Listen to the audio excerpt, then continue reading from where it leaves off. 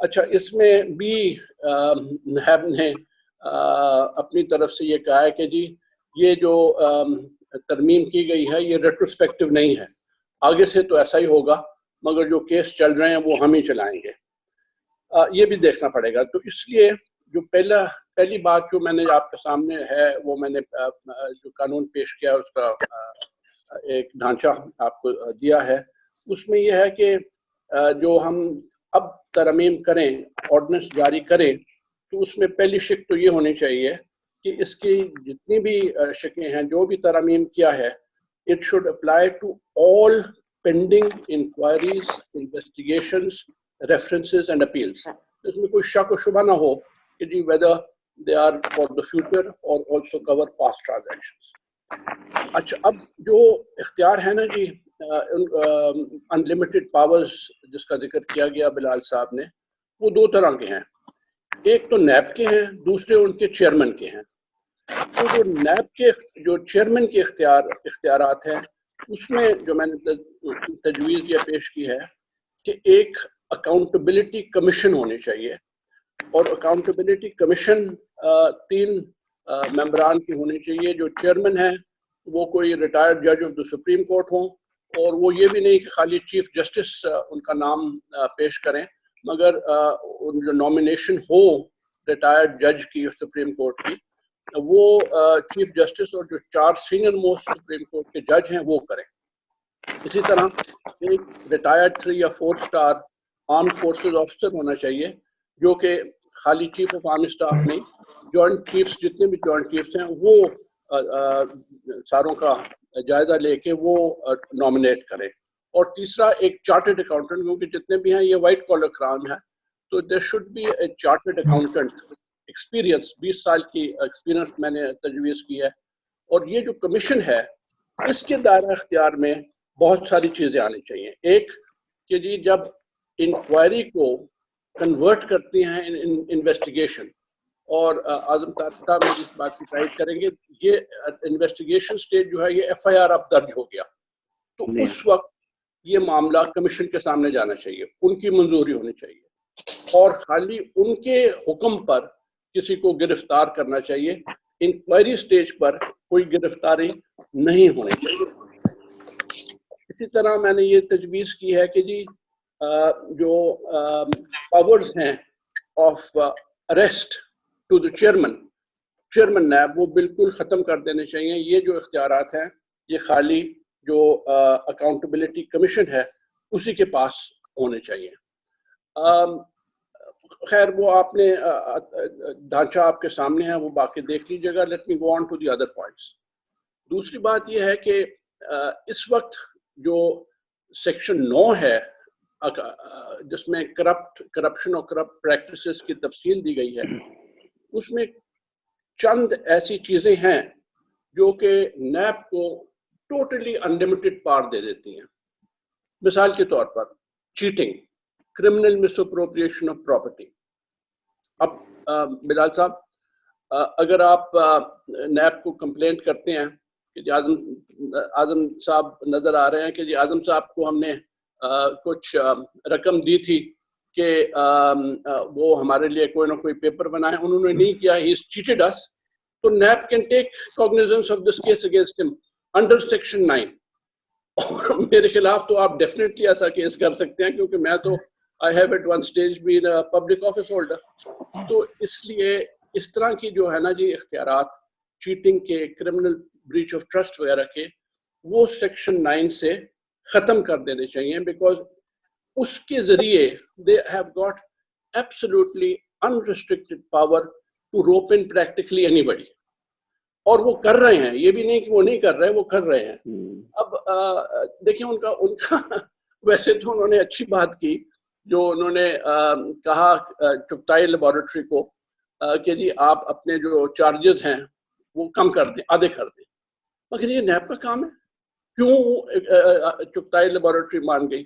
جو کہ health minister نہیں کر سکتا تھا، نیب نے کرا دیا. اسی لیے کہ ان کو ڈر ہے کہ اگر ہم نہیں مانیں گے جو بھی آ رہی ہے تو ہمیں کسی نہ کسی کیس میں انوالو کر دیں گے.